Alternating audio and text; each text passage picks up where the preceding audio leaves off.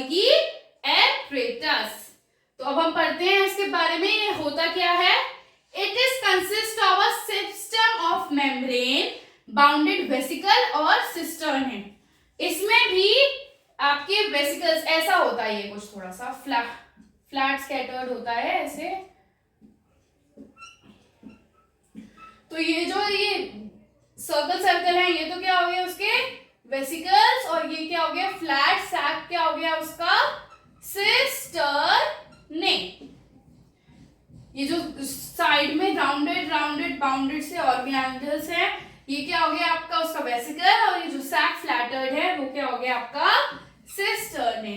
ऐसा होता है कुछ गोल्गी एपरेटस। ये क्या होता है, सिंगल मेम्ब्रेन ऑर्गेनल है, सिंगल मेम्ब्रेन होती है, सिंगल मेम्ब्रेन होती है, इसमें डबल मेम्ब्रेन नहीं होती है। Plant Golgi membrane bounded, plant cell में गोल्गी मेम्ब्रेन होती है। फिर ये एब्सेंट किस में होता है, ये प्रोकैरियोटिक सेल में एब्सेंट होता है। प्रोकैरियोटिक सेल में कोई सा भी सेल ऑर्गेनल नहीं होता है एक्सेप्ट राइबोसोम, मेमेलियन आरसीबीज। जो मेमल होते हैं, मेमल मींस जो बेबी को बर्थ देते हैं, उसके आरसीबी में गोल्गी एपरेटस नहीं होता है।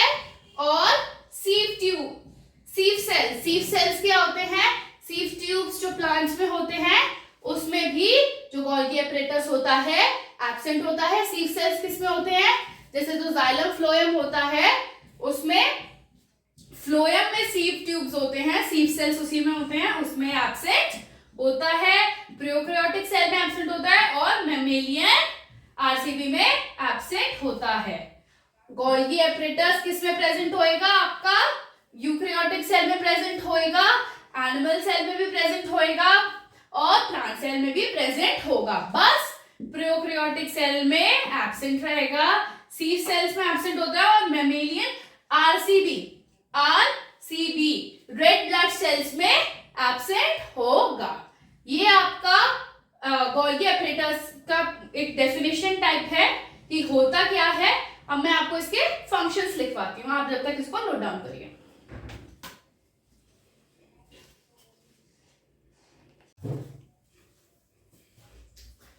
तो बच्चों अब हम पढ़ने जा रहे हैं function of Golgi apparatus. It helps in the formation of lipid, वो लिपिड बनाने में हेल्प करता है। It help in the formation of middle lamina. Middle lamina क्या होता है, सेल वॉल और सेल मेम्ब्रेन के बीच की जो स्पेस होती है, वहां पे एक वॉल होती है, उसको क्या बोलते हैं मिडिल लेमिना, जो अटैच करती है, ठीक है, अटैचमेंट में जो हेल्प करती है, उसको भी गोल्गी एपरेटस बनाता है। लिपिड्स को बनाता है। अब किस को बनाता है, सेल वॉल को बनाता है, प्लाज्मा मेम्ब्रेन को बनाता है।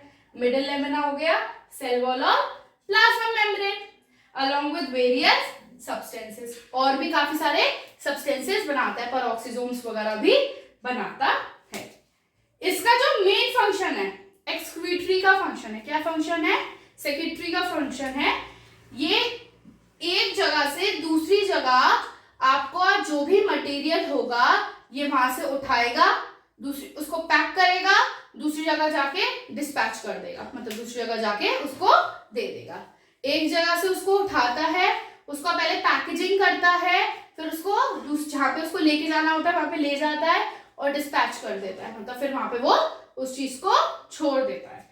तो इसका जो मेन फंक्शन है वो क्या है आपका सेक्रेटरी का, और किसमें हेल्प करता है, help in the packaging and dispatching. क्या हो गया, आप एक बार फिर से देख लीजिए, इसके आपके 5 फंक्शंस लिखे हुए हैं।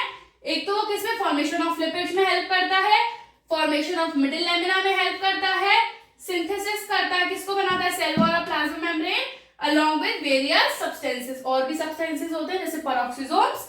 It main function is secretary, उसका मेन फंक्शन क्या होता है, सेक्रेटरी में हेल्प करता है। क्या करता है, एक जगह से जो भी उसको मटेरियल सब्सटेंस लेकर जाना है, एक जगह से उठाता है, उसको पैक करता है। जैसे आप गिफ्ट लेते हो, गिफ्ट को आप पैक करते हो, तो वो पैक करता है, फिर जहाँ पे आपको जिस इंसान को गिफ्ट देना होता है आप उधर जाके उसको वो दे देते हो।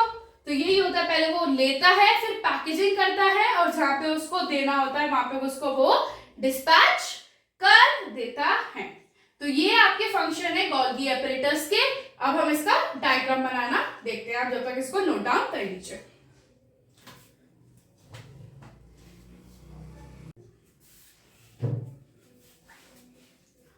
तो बच्चों अब हम क्या पढ़ने जा रहे हैं, structure of Golgi apparatus. Structure of किसका स्ट्रक्चर, गोल्गी एपरेटस का स्ट्रक्चर। पहले तो आपको पता है ये क्या होता है, फ्लैटेड सैक लाइक स्ट्रक्चर होता है, कुछ ऐसा सा बना हुआ होता है।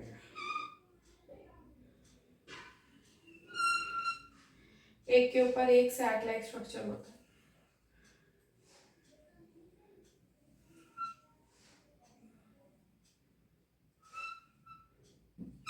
इसके आसपास काफी सारे वेसिकल्स होते हैं।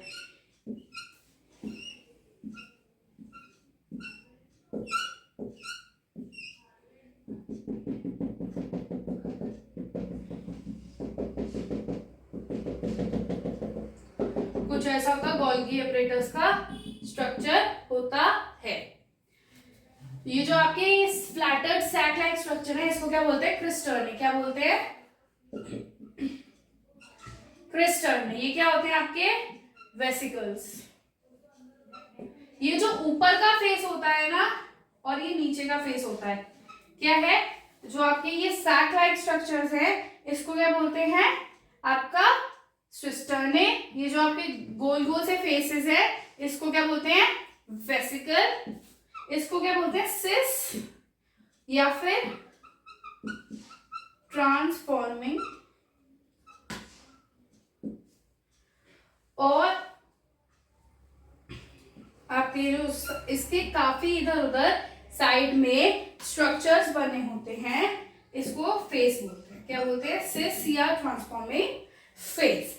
और इसको क्या बोलते हैं, ये जो इसका ऊपर होता है इसको हम बोलते हैं मैच्योरिंग फेस। ये मैच्योर हो चुका होता है, क्या होता है, मैच्योरिंग फेस। इसको क्या बोलते हैं, सिस या ट्रांसफॉर्मिंग फेस। इसको बोलते हैं मैच्योरिंग फेस। ये भी मैच्योर नहीं हुआ होता है, ये मैच्योर हो चुका होता है। तो ये आपका डायग्राम है, किसका डायग्राम है आपका, ये गोल्गी एपरेटस का। ये आप लोग ड्रॉ कर लीजिए।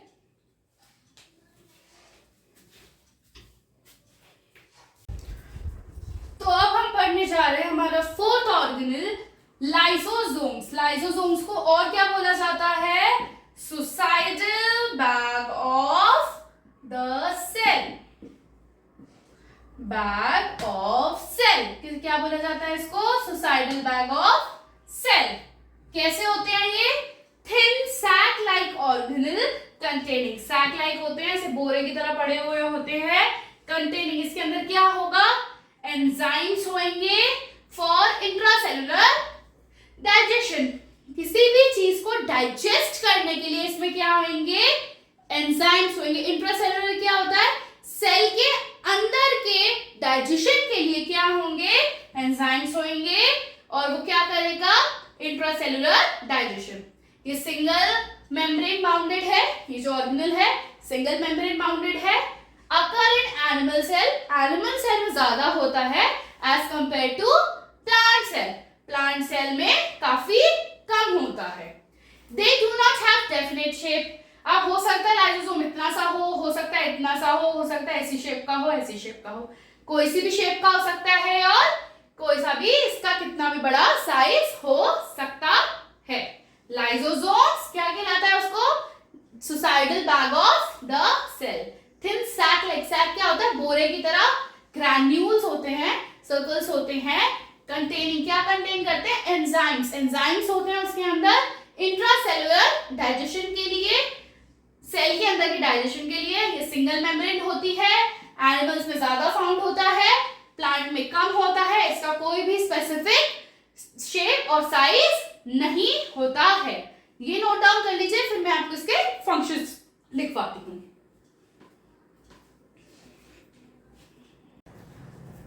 अब हम पढ़ते हैं फंक्शंस ऑफ लाइसोसोम्स। लाइसोसोम्स के फंक्शंस क्या होते हैं। लाइसोसोम्स को डाइजेस्टिव बैग्स भी कहा जाता है। क्या कहते हैं? क्या कहते हैं? Digestive bags. क्या कहते हैं? Digestive bags. इनका मेन फंक्शन क्या होता है? डाइजेशन का होता है। They help in digesting materials and cells. ये डाइजेस्ट करने में एंजाइम्स के, इसके अंदर एंजाइम्स होते हैं, उसे डाइजेस्ट करने में क्या करती है? हेल्प करती है। डाइजेस्ट किस किस को करती है? डेड सेल्स को करती है, डैमेज जो खराब हो जाते हैं उन सेल्स को करती है, और ऑर्गेनिक सब्सटेंसेस को भी ये क्या करती है? डाइजेस्ट करती है। अगर जैसे सेल में कोई खराबी हो जाती है तो ये सेल को भी डिस्ट्रॉय कर देती है। ये आप इसके फंक्शंस लिख लीजिए। फिर मेरे पास एक आपके लिए बहुत इंपॉर्टेंट क्वेश्चन है, फिर हम वो क्वेश्चन देखते हैं।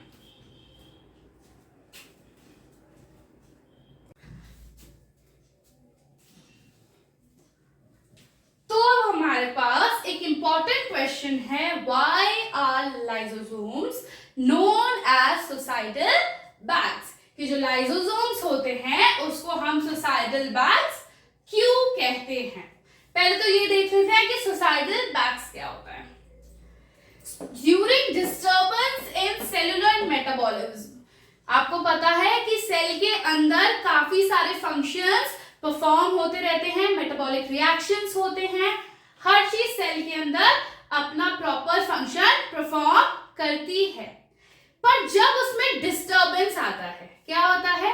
डिस्टर्बेंस आती है या कोई प्रॉब्लम आता है, during disturbance in cellular metabolism, that is, I का मतलब क्या होता है? That is in case of cell damage, या तो सेल क्या हो जाए? डैमेज हो जाए, लाइसोसोम बर्स्ट, लाइसोसोम्स क्या हो जाता है? फट जाता है, वो अपनी कुर्बानी दे देता है, जो लाइसोसोम्स होता है वो बर्स्ट हो जाता है, and their enzymes are released, और जो उसके अंदर के एंजाइम्स होते हैं वो फिर रिलीज हो जाते हैं। किस में रिलीज हो जाएंगे? लाइसोसोम्स कहाँ पे प्रेजेंट होएगा? साइटोप्लाज्म में। तो जो लाइसोसोम्स के एंजाइम्स होते हैं वो कहाँ रिलीज हो जाते हैं? साइटोप्लाज्म में, and they digest their own cell, और वो क्या कर देते हैं? अपना खुद का सेल ही डाइजेस्ट कर देते हैं। So they are called suicidal bags. क्यों कहा जाता है सुसाइडल बैग्स?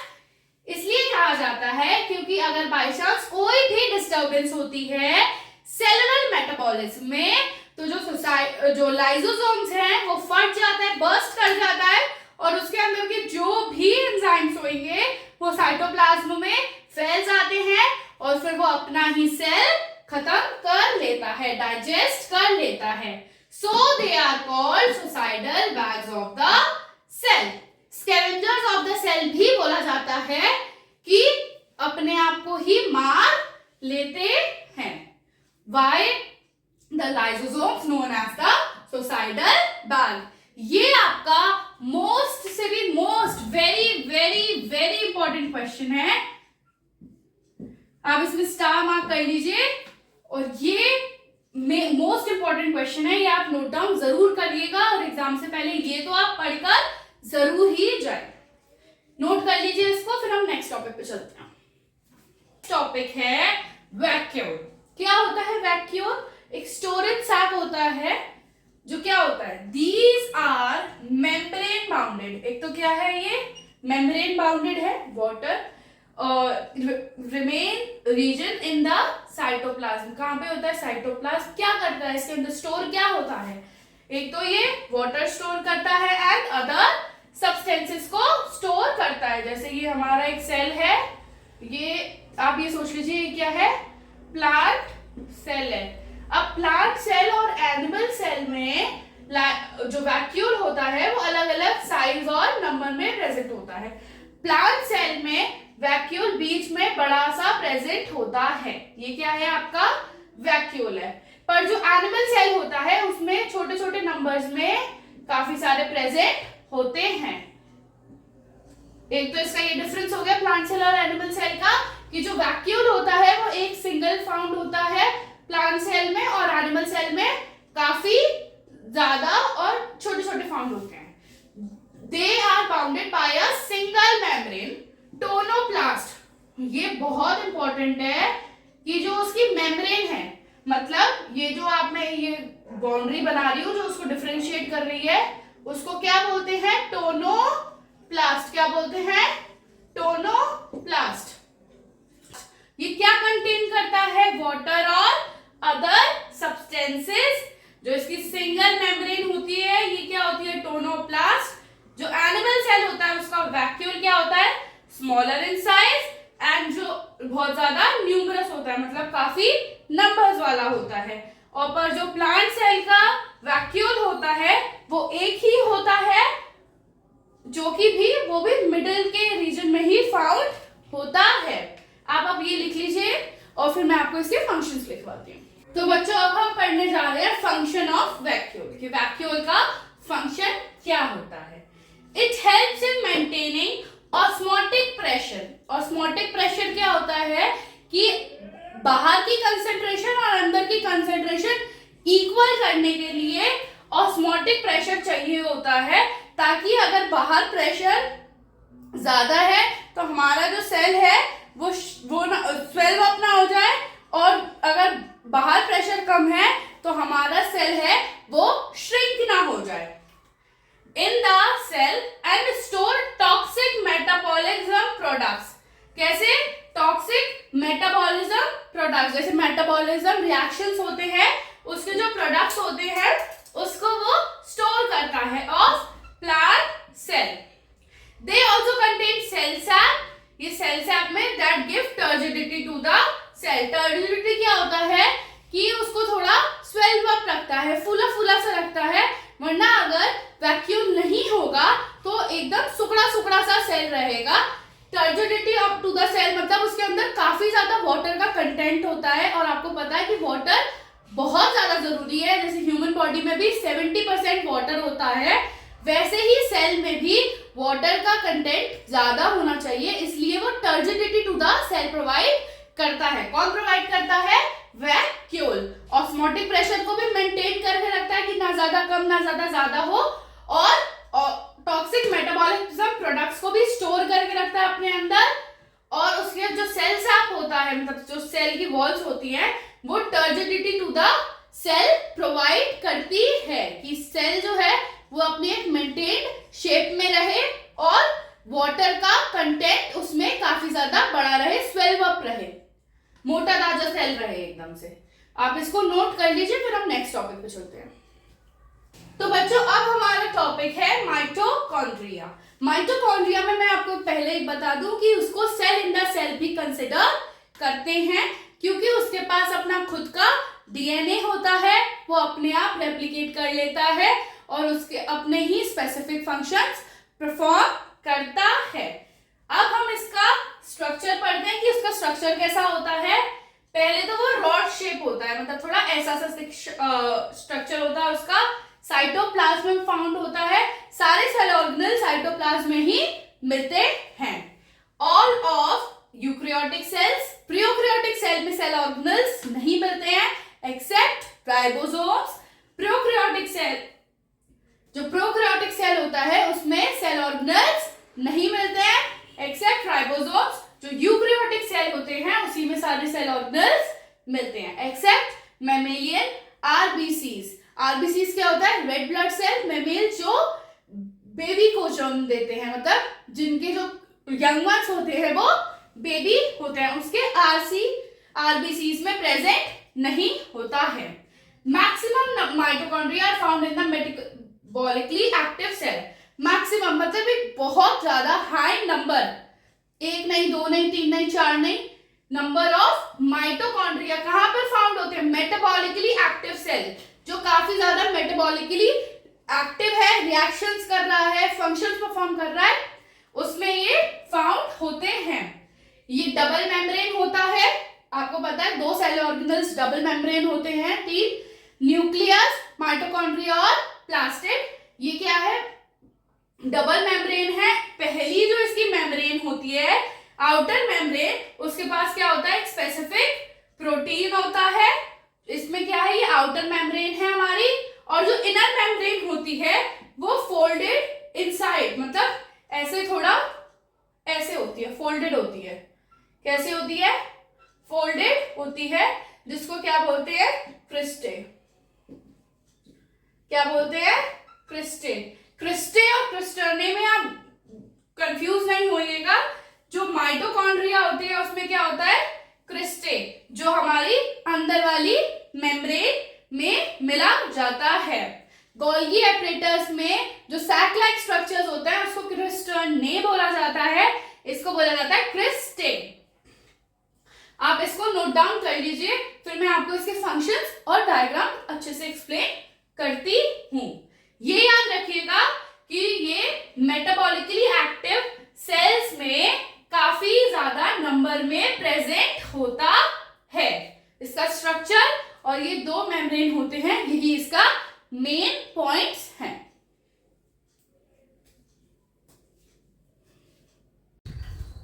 तो अब हम पढ़ने जा रहे हैं कि माइटोकॉन्ड्रिया के फंक्शंस क्या होते हैं। इसका मेन फंक्शन होता है एनर्जी को प्रोड्यूस करना और स्टोर करना for further use. It main function is to produce, बनाना, ये बनाता है एनर्जी को और store the energy in the form of ATP. किसके फॉर्म में? एटीपी के फॉर्म में क्या एनर्जी बनाता है, प्रोड्यूस करता है और स्टोर करता है। जितने भी हमारी बॉडी में जो भी फंक्शन परफॉर्म हो रहे हैं, जो उसको एनर्जी प्रोवाइड करा रहा है, वो हमारा क्या होता है? Mitochondria. All the energy is utilized by the organs to carry out their basic function. जैसे अब हमारा हार्ट बीट कर रहा है तो उसको कौन एनर्जी प्रोवाइड करा रहा है? माइटोकॉन्ड्रिया प्रोवाइड करा रहा है। हमारा जो स्टमक है वो डाइजेस्ट कर रहा है फूड, तो उसको कौन एनर्जी प्रोवाइड करा रहा है?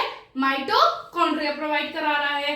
जितने भी हमारी बॉडी में फंक्शंस परफॉर्म होते हैं ऑर्गन्स के थ्रू, वो कौन परफॉर्म करवा पा रहा है? माइटोकॉन्ड्रिया। इसका बहुत ज्यादा कंट्रीब्यूशन रहता है क्योंकि ये एनर्जी देता है। अगर एनर्जी नहीं होगी तो आप काम, कोई सा भी स्पेसिफिक फंक्शन नहीं परफॉर्म कर सकते।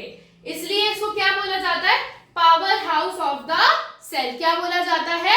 It is known as the power house of the cell. और क्या बोला जाता है? स्टोरेज बैटरी, क्योंकि ये अपने अंदर ही स्टोर करके रखता है बैटरी को ताकि उसको फर्दर यूज किया जा सके। ये इसके मेन फंक्शंस हैं और ये काफी ज्यादा ही इंपॉर्टेंट क्वेश्चन भी फॉर्म करता है। आप इसको नोट कर लीजिए, फिर हम इसका डायग्राम एक्सप्लेन करते हैं। तो अब हम बनाने जा रहे हैं माइटोकॉन्ड्रिया का डायग्राम। क्या बनाने जा रहे हैं हम? माइटोकॉन्ड्रिया का डायग्राम।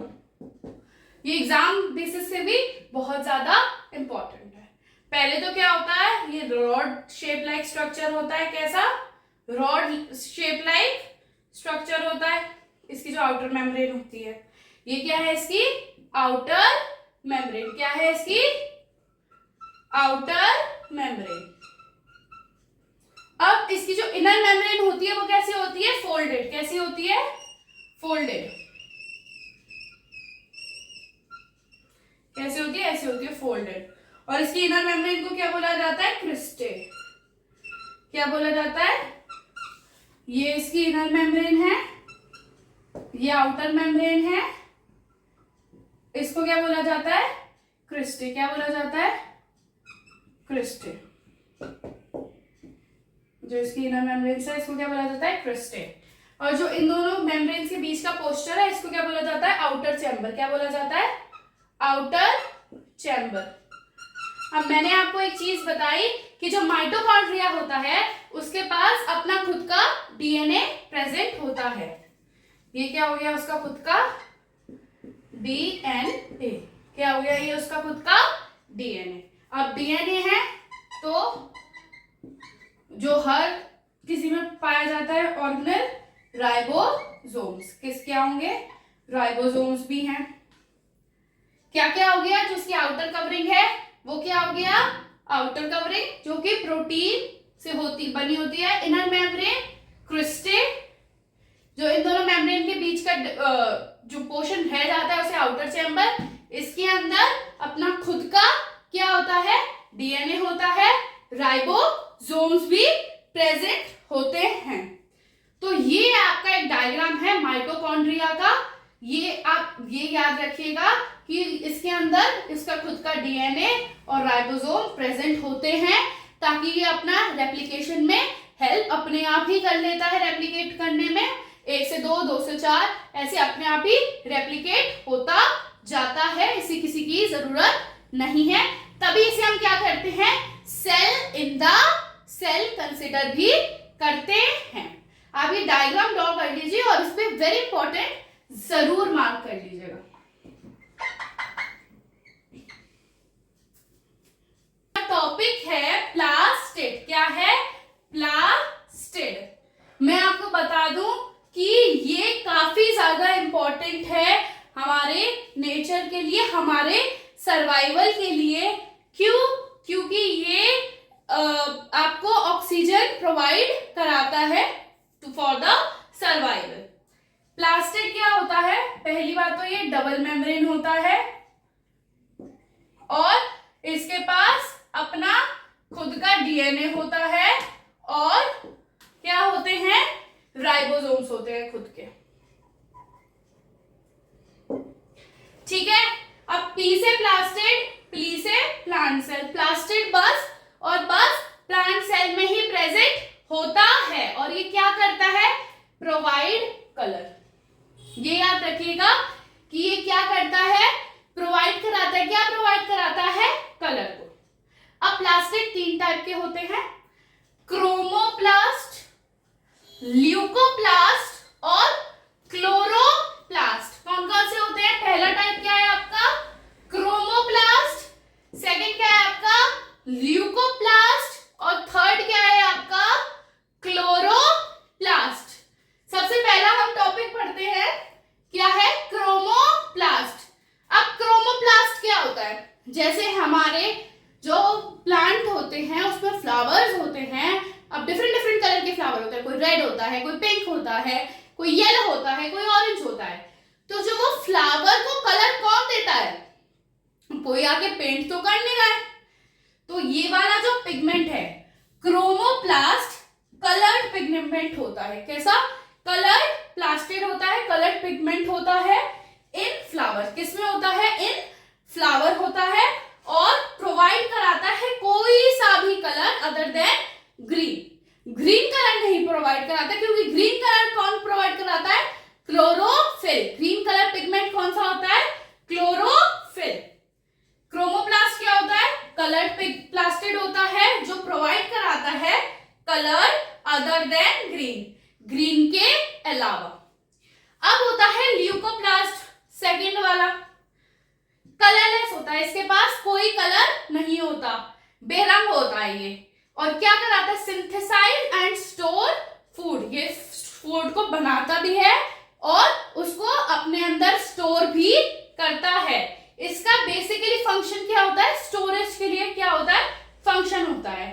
अब ये 3 अलग अलग नाम है जो कौन सी चीज स्टोर करते हैं। कुछ स्टार्च स्टोर करते हैं, कुछ फैट स्टोर करते हैं, कुछ प्रोटीन स्टोर करते हैं। अमीनोप्लास्ट क्या होता है? स्टार्च स्टोर करता है। एलारोप्लास्ट क्या होता है? एलारोप्लास्ट वो फैट स्टोर करता है। और एलीरोप्लास्ट क्या होता है? जो प्रोटीन स्टोर करता है। ये तीनों अलग अलग टाइप के लिपोप्लास्ट है जो स्टार्च, फैट्स और प्रोटीन को स्टोर करते हैं। इसका फंक्शन क्या होता है कि कलर देता है अदर देन ग्रीन फ्लावर्स को। ल्यूकोप्लास्ट का फंक्शन क्या होता है? वो स्टोर करता है फूड को। अब आ गया मेन इंपॉर्टेंट, इन सबका सरदार आप क्लोरोप्लास्ट को मान सकते हैं कि ये हमारी लाइफ के लिए बहुत ही इंपॉर्टेंट होता है। क्या इंपॉर्टेंट है? Chloroplast, plastid containing chlorophyll pigment. आप बहुत जब छोटे होगे तभी से पढ़ते हुए आ रहे हो कि क्लोरोफिल प्लांट्स में प्रेजेंट होता है, प्लांट्स की लीफ में, जो कि ग्रीन कलर प्रोवाइड कराता है और वो फोटोसिंथेसिस में बहुत इंपॉर्टेंट होता है। जो कि जब प्लांट अपना फूड बनाते हैं, फोटोसिंथेसिस क्या होते हैं? The process of making food by the plants या लीव्स। जब वो फूड बनाते हैं तो वो फिर क्या बाय प्रोडक्ट क्या देते हैं अपना? ग्लूकोज और ऑक्सीजन। तो plastid containing chlorophyll pigment, photosynthesis take place in chloroplast. क्या? Photosynthesis take place in chloroplast. अब क्रोमोप्लास्ट और ल्यूकोप्लास्ट मतलब इंपॉर्टेंट है, बट इसके आगे ये लोग बच्चे हैं, तो अब हम डिटेल में क्लोरोप्लास्ट को पढ़ेंगे। आप पहले उससे पहले इसको नोट डाउन कर लीजिए। पढ़ने जा रहे हैं हमारा क्लोरोप्लास्ट। आपको ये पता है ग्रीन इन कलर होता है, found in the aerial part of the plant. तो ये किसमें होगा? It is found in plant cell. किसमें फाउंड होगा? It is found in plant cell. Animal cell में तो फाउंड होगा नहीं, क्योंकि एनिमल को तो ऐसे ग्रीन कलर चाहिए नहीं होता है pigment. It help in photosynthesis, ये मेन पॉइंट है इसका। फोटोसिंथेसिस में हेल्प करता है, तो इसको क्या बोला जाता है? Kitchen of the plant. क्या बोला जाता है? Kitchen of the plant. Leaves को भी बोला जाता है ना, लीव्स में क्या होता है? ग्रीन कलर का पिगमेंट क्लोरोफिल। तो क्लोरोप्लास्ट की वजह से ही वो ग्रीन कलर होती हैं, तो इसको क्या बोला जाता है? Kitchen of the plant. Green colour का होता है। Aerial parts of the plant पाया जाता है। एरियल पार्ट्स क्यों कहा गया है? क्योंकि ऊपर की तरफ ही पत्तियां होती हैं, रूट्स भी ब्राउन कलर की होती है, जो उसकी ट्रंक होती है वो भी ब्राउन कलर की होती है।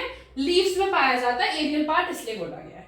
अब क्लोरोप्लास्ट दो पार्ट्स में डिवाइडेड है, एक होता है ग्राना, एक होता है स्ट्रोमा। ग्राना और स्ट्रोमा में अभी डायग्राम के बेसिस से आपको बताती हूँ कि ग्रानम क्या होता है, ग्राना, और स्ट्रोमा क्या होता है। बस आप इतना लिख लीजिए कि जो ग्राना होता है वो लाइट रिएक्शंस में काम करता है, और जो स्ट्रोमा होता है वो डार्क रिएक्शंस में काम करता है। ग्राना light reaction, stroma dark reaction. Light reaction क्या होता है? जब सनलाइट काफी ज्यादा हो तो ग्राना काम करेगा और फोटोसिंथेसिस की मदद से ऑक्सीजन बनाएगा, और जो स्ट्रोमा होता है वो डार्क रिएक्शंस में काम करता है जब सनलाइट का अमाउंट ज्यादा ना हो। ये आप नोट डाउन कर लीजिए, फिर मैं अब इसको डायग्राम बताती हूँ। इसका फंक्शन यही होता है कि क्या करता है? वो मेंटेन करता है। क्या करता है? मेंटेन करता है। क्या मेंटेन करेगा? एटमॉस्फेयर में maintain O2 and CO2 in the atmosphere। किसमें मेंटेन करता है? O2 और CO2 in the atmosphere। यही इसका फंक्शन होता है। और क्या होता है कि वो फोटोसिंथेसिस करता है। बस यही दो इसके फंक्शंस है। बाकी आप क्लोरोप्लास्ट है तो यही लिखिएगा, और डायग्राम में अब आपको इसको एक्सप्लेन करती हूँ। क्लोरोप्लास्ट का डायग्राम। सबसे पहले क्या होगा? ये डबल मेम्ब्रेन होगा। कैसा होएगा? डबल मेम्ब्रेन होगा।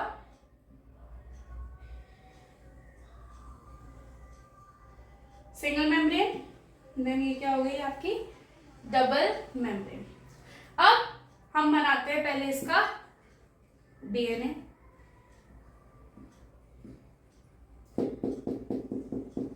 क्या होंगे ये? राइबोसोम्स। ये क्या होगी? इसकी आउटर मेम्ब्रेन, और ये क्या है? इसकी इनर मेम्ब्रेन।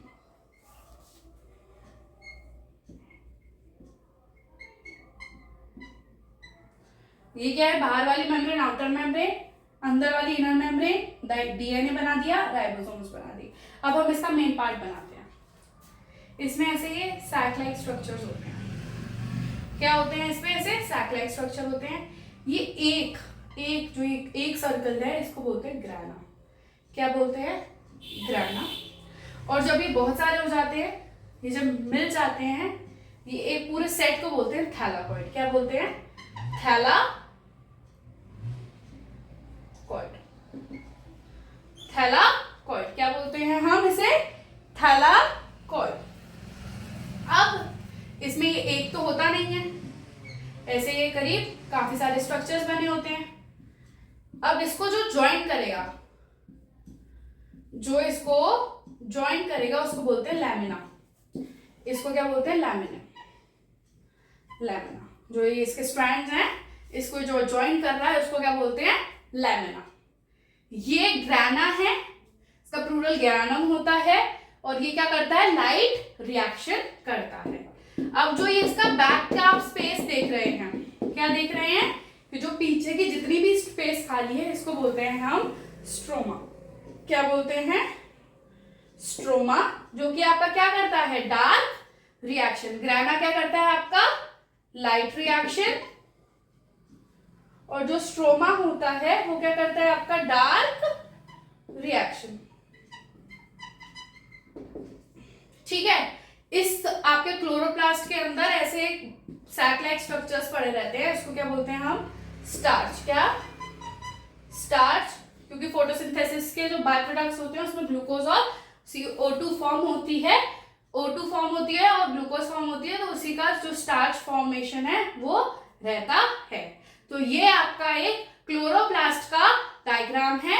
आउटर कवरिंग, फिर इनर कवरिंग, उसके अंदर डीएनए प्रेजेंट होएगा, राइबोसोम्स होंगे, एक ऐसे सैक लाइक स्ट्रक्चर को ग्राना बोलते हैं, प्लूरल जिसका ग्रानम होता है। ये पूरे सेट को क्या बोलते हैं, थैलाकॉइड। जो ये स्ट्रैंड है जो ज्वाइन कर रहा है, लेमिना।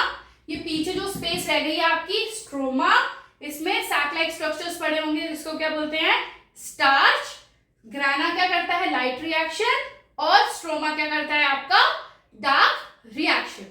तो हमारे अब ये दो होमवर्क क्वेश्चंस है। Which organelle is known as the power house of the cell, कौन सा organelle power house of the cell कहलाता है और क्यों।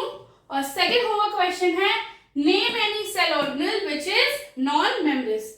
ऐसी कोई सेल ऑर्गेनेल्स का नाम बताओ जिसके पास मेम्ब्रेन नहीं होती है, मेम्ब्रेन लेस होती है। आप ये क्वेश्चंस का आंसर जरूर कमेंट सेक्शन में दीजिएगा।